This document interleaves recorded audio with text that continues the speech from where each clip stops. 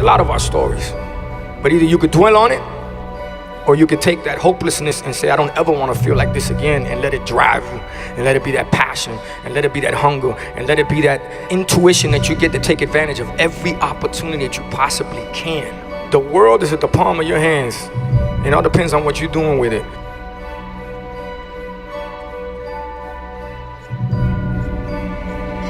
For me, I try to just lead by example.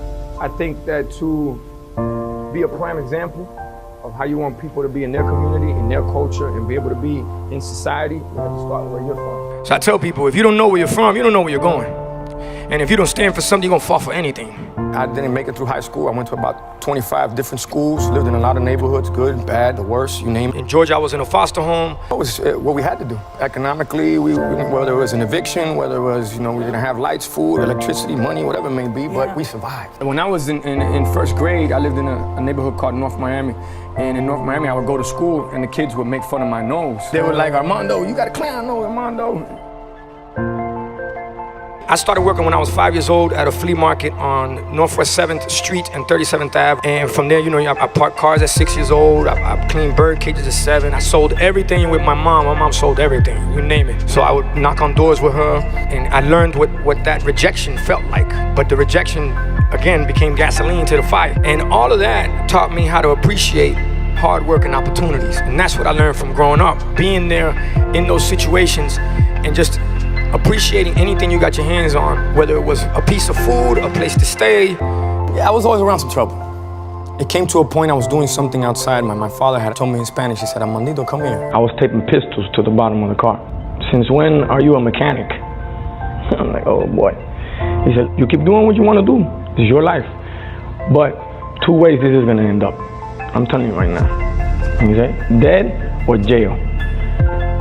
The lessons from my youth that were very important to my success. Remember, when you're growing up in a certain environment, you can easily become a product of that environment. My environment was, you're either playing sports, you're selling dope, or you're going to prison and dying. It's not really that simple. That's the multiple choice, A, B, C, D, that's it. What I learned from that is I got a chance to see what I didn't want out of life growing up. And I would say thank you to my mom. I love you so much, but more than giving me love, she gave me survival skills. She taught me how no matter what, no problems, just solutions. So we always found a way to make it happen. And living in all these neighborhoods and going through the system, I just feel like the system was built to fail you instead of push you through. But these aren't things it's not to play victim, it's to play victor. This is what makes me victorious. This is what makes me who I am. Because you take all the negatives and you make them positive. So to me, that's the biggest lessons that I learned growing up, was just watching that hustle, watching that struggle, watching that sacrifice, and feeling that sense of hopelessness that I never wanted to feel. Well, I learned how to deal with it, but I never wanted my kids to feel that. I never wanted the ones that I love to feel that. And I made a decision when I was about 6 years old. So my decision was, you know what I want out of life? I want security, stability, and protection. Because the environment that I was living in, it was just unpredictable. At any given time, anything could happen. Miss Martinez was the one that told me, the biggest risk you take is not taking one. If it wasn't for her, I'd be dead or I'd be in prison. And I always thought about that, and it stays in my mind. So anytime I feel a little iffy about something, I just think about her. Take that risk, man, take that challenge. It was so special to have somebody really say, hey, all I want from you is when you win an award one day, just mention my name and say thank you, because I believe in you. One of my best friends was Dominican. His name is Junior. And one day we were on our way, we're in the neighborhood. In the neighborhood, they used to fight dogs. It is what it is. It's a part of the culture. And we were on our way to a pit fight. Junior turns to me, he's like, that's your name. Your name's Pitbull. Got a little ring to it, I like that. Pitbull, Pit, yeah. And then as I did my research on pit bulls, they're stereotype dogs, as people feel that they're very aggressive, but they're not. They're a part of their environment. If they're in an aggressive environment, they become aggressive dogs. And I saw a fight in a pit. When it bites, it locks, it doesn't let go. It fights to the death for what it believes in. So you apply that to the game, you apply that to my life, you apply it to everything that we've got going on. That's basically what it's become. And for life, I feel that it's always a fight. I don't understand the word lose. I don't understand the word can't. I don't understand the word fail. I understand the word learn. And when you work so hard to get to a certain level, you Google pit bull right now, I come up before the dog. I always say it's the truth. I'm the only legal pit bull in Dade County because they're all illegal in Dade County. And what I stand for is, I stand for the world. But anywhere I go in the world, I represent 305 Dade County, Miami to the fullest. If it wasn't for the city, I wouldn't be who I am. And that's what this pit fights for. I love the hustle, love the grind, love the fight. Why does it rejuvenate me? Because when you love it, they say when you do what you love, you'll never work a day in your life. And to me, I love that. I don't like things handed to me. I like to earn it. If you earn your keep, it's fair for you to fight for it. It's about showing up, don't talk about it, be about it. And that's why when you hear me say, take your life from a negative to a positive, what's a story without ups and downs, valleys, peaks, losing? You know, you gotta lose, you gotta slip, you gotta fall. Everybody does. They're not mistakes, they're must-takes. And you don't make mistakes, mistakes make you. So you gotta just take it on. Welcome it. Welcome it. Let it knock you on your ass. You can knock me down, but you won't knock me out. Nobody gets on a roller coaster that just goes straight. And life's a roller coaster, baby. You want it to go up and down and tear and twist and do all of that, because that's what makes it worth living. Failure is the mother of all success. If you don't lose, you don't appreciate a win. That's like a boxer that says he's never been hit. Doesn't exist. That's like a ball player that's never missed. Doesn't exist.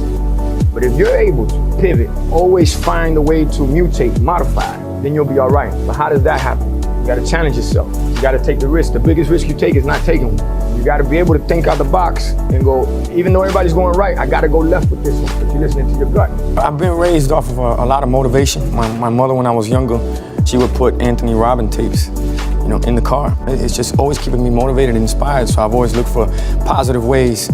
So I've done the same thing with music. Patience, passion, perseverance equals success, and working hard. In the music game, you gotta give somebody a good product, make sure they like it. So the difference is my product, you don't snort it, you listen to it. And being an entrepreneur is understanding that the word no is a great word. And no, they taught me, N-O means new opportunity. I love rapping, I love having a great time and telling a story. But what I like to do is show people growth, maturity, and evolution. So a lot of people tell me, it's like, hey Chico, how come you don't rap for the streets no more? I tell them, it's real simple, dog. I rap to get out the streets, not to stay in the streets. Even if you're in the streets, can you imagine, why would you want to push the same product everybody pushing? Now you got to fight for territory. Now you got to fight for a spot. Now you got to fight for a hole. You got to fight for a trap. Imagine if you come up with your own product. Nobody looking at what you're doing. You got your own hole, your own trap, your own block, your own everything. Now you create your own city, your own world. So if you got good karma, then the law of attraction is going to give you great karma. So I think if you're a good person, good business, and work hard, create that reputation, and the puzzle comes together. And the law of attraction, I believe it exists. I'm constantly writing down my goals because I'm writing records. Good thing is that once a record goes, it's basically like your goal is now out there in the universe and everybody's helping you on that goal. Listen, yes, they're party records, you're having fun, you're enjoying, but there's messages in here. You go from either hearing the record to really listening to the record, and then you start to connect the dots. You gotta envision it, you gotta focus, you gotta believe in it, and you gotta get used to the word no. The word no becomes yes. Simplicity is the key to success. So I'll round up that with this. In the word can't is can, in the word don't is do. In the word won't is one, in the word impossible is possible, and in the word impossible is impossible. Once you figure out you're possible, you can break through any barrier, any border, there's no limits, and you live life how you want to live it instead of life living you. My mother always told me nobody's dumb, nobody's stupid. It's just, you gotta figure out how you learn. It's almost like think of it as a garden. You plant certain seeds. Some grow quicker than others. Some take a little longer. Some need more TLC than others. But living in this society of instant gratification, I want you to understand this. It's a marathon, not a sprint. And more than anything, at a young age, understanding that it's not about the money. My mother always said, money's a passport, allows you to come and go, but it does not make you. You work hard for the money, so the money work hard for you. Money don't make you, you make money. Make a difference, take a risk. That's how you really live out your dream. But if you're worried about what everybody's talking about you, forget about it. Then you're caught up in the noise. I still got a BlackBerry. What does BlackBerry allow me to focus on? Family, business, that's all I need to focus on. I don't care what they say about me or they don't, because you'll never make everybody happy. That's for sure. I never got caught up with the fame. I never got caught up with being in the club every night. I don't even get caught up with social media. And it doesn't allow the noise to come in. When we were growing up, they say, believe none of what you hear and only half of what you see. Now it's believe none of what you hear and none of what you see. So my biggest advice to you guys, don't get caught up with the hype, because everybody now They try to act like they're living a life that they're not. They try to be somebody that they're not. And I'm telling you because I deal with it. It's a part of my industry, a part of my business. But it messes with me when it influences people that are trying to create something in their life. So don't get caught up with that. And that's why I would dislike for you guys to lose your life and time just staring at a screen all day, worrying about what other people worrying about. I'm telling you, again, life do like this. Boom, boom, boom. Next thing you know, you're 30 years old and going, what just happened? Bottom line, focus, envision, set goals, believe, and not selfish, but self first. And what I mean by self first, love yourself first, help yourself first, believe in yourself first. Then you can love others, help others, and others will believe in you. But if you ain't in tune with yourself, believe me, you ain't fooling anybody but yourself. Right now, we're living in a society that they actually believe that perfection exists, which, by the way, it doesn't. And imperfection is what it is to be perfect. And when you have a society that's driven by followers and likes, forget about followers and likes. You should hang around leaders and unique. You gotta love yourself. And then you believe in yourself and you create things out of nothing, you know, from nothing to something. Every record that y'all seen that touched the world, that I've been very blessed. Thank God for that. Thanks to the fans for that. They told me it was not gonna be a hit. They didn't believe in it. All the execs was like, you're crazy. This is never gonna work. Every one that they thought was gonna be a hit, I threw it out the window because it didn't work. So what do you gotta do? You gotta listen to your gut. You gotta believe in yourself. You believe in yourself, others believe in you. You help yourself, you can help others. You love yourself, you can love others. It starts with you, not from a selfish standpoint, but from a believing in yourself standpoint. And being willing to fail to be the fun part. That's the fun part. When people are looking at you like you're crazy, that means you're doing something right. If you're worried about your credibility, it's because you were never credible in the first place. Because you're worried about what other people think about you. You got to go for it. And at first they're not going to see it, because to have vision is to understand everybody else is blind. But when they do, then everybody's on it. There's a slogan that I live by, which is, there's no losing, only learning. No failure, only opportunities, and no problems, only solutions. So when you look at life like that, anything that's put in your way, you look at it like, okay, this happened for a reason, for me to figure out another way to go. And for me, I've never really looked at anything as a low point, because I say it in the record, Time of Our Lives with Neo, every day above ground is a great day. So if you could look at life like that, then you can take it on, be motivated and inspired, and instead of expecting things, you appreciate them. So enjoy the ride, live life, don't let life live you. And you gotta live for the moment. Learn from the past, live for the moment, build for the future. But you gotta live for the moment. That's what living is about. When it gets easy, it becomes boring. And those tough challenges, what you gotta do is you gotta meet them face on, head on. Don't procrastinate. Don't leave something for tomorrow that you could do today. I'm telling you folks, why dream when you can live it?